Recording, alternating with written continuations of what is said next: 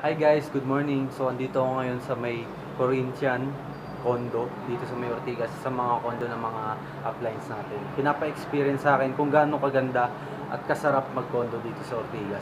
Ito nga, basa pa yung buhok ko. Tatapos lang mag-swimming. Grabe, no? Tapos magbe-breakfast pa lang. So ito guys, nakakabaliw kasi dati mga kapitbahay lang is mga bahay-bahay lang, mga kapitbahay mo. Pero ngayon guys, tignan mo. Ayan, no? Nakakalula.